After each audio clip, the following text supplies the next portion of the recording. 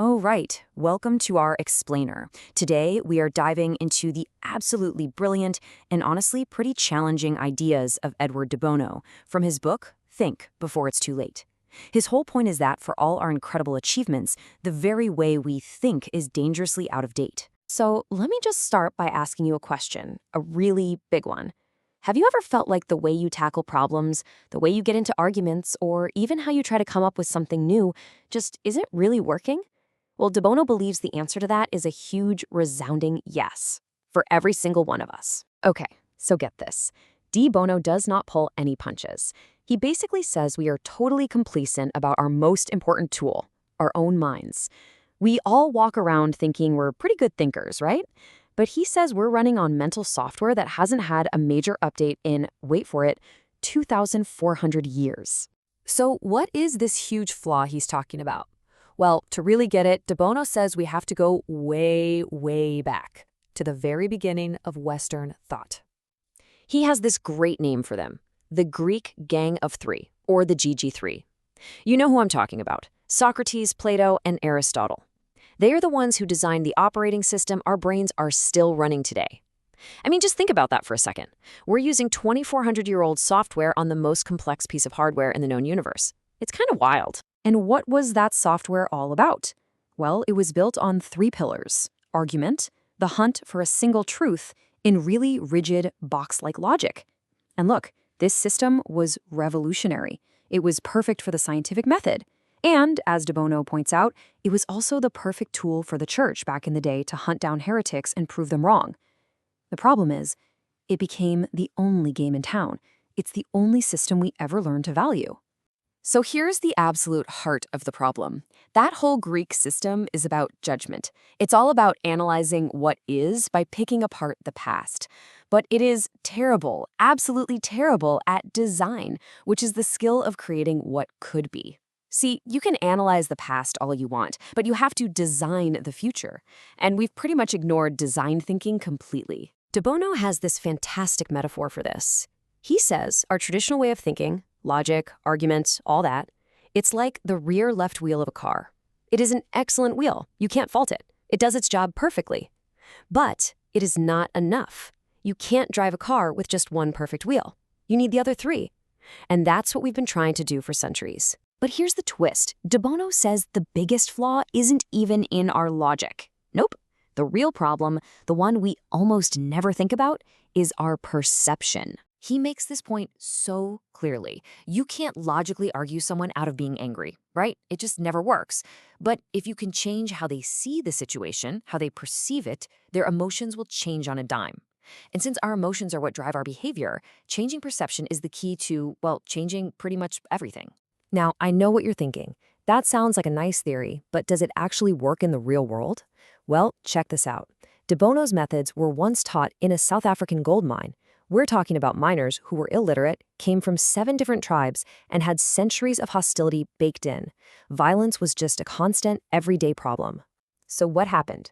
Management was, skeptical. How are some thinking exercises going to solve deep-seated tribal conflict?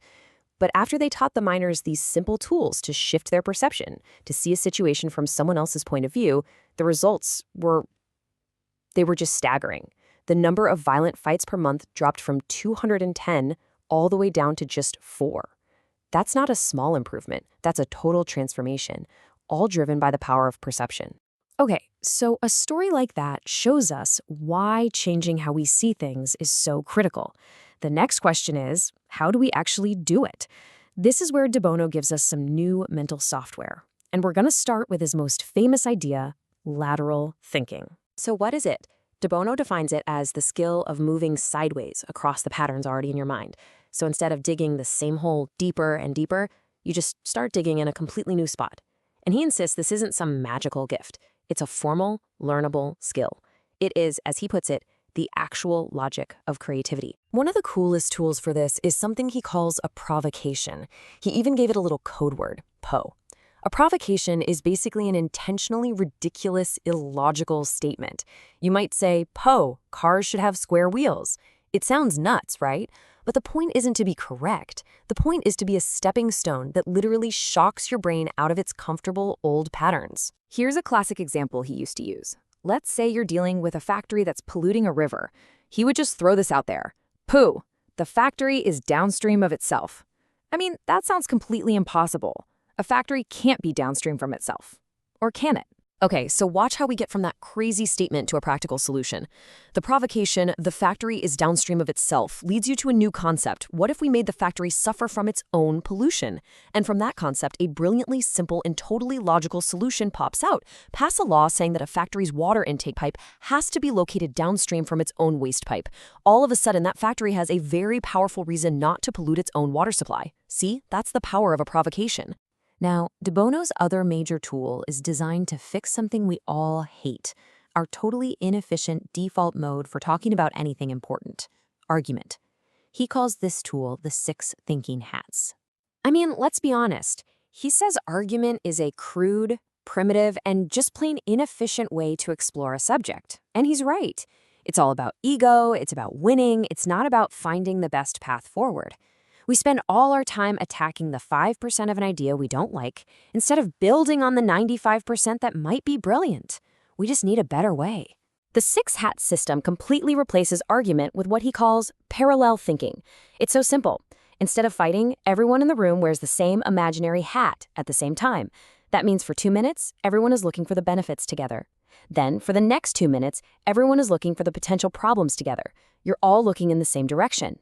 The whole system works by breaking our thinking down into different modes. You put on the white hat, and everybody just focuses on the data, no opinions. You put on the red hat, and everyone gets to share their gut feelings and intuitions, no justification needed. The critical black hat and the optimistic yellow hat are used one at a time, so you're never in that tug of war. The green hat is for pure, wild creativity, and the blue hat kind of runs the show, keeping things on track. The real magic is that it separates your ego from your performance, so every idea gets a fair hearing. And again, don't just take my word for it. The real-world results are just nuts. A huge global company, ABB, used this and cut their international project meetings from 30 days down to just 2. Siemens cut their product development time in half. IBM meetings that used to take 4 hours now took 1. This isn't just a cute gimmick. It's a ridiculously powerful tool for efficiency.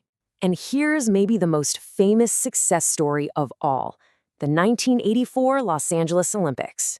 See, before that, hosting the games was a financial disaster. Cities were losing hundreds of millions. Nobody wanted them.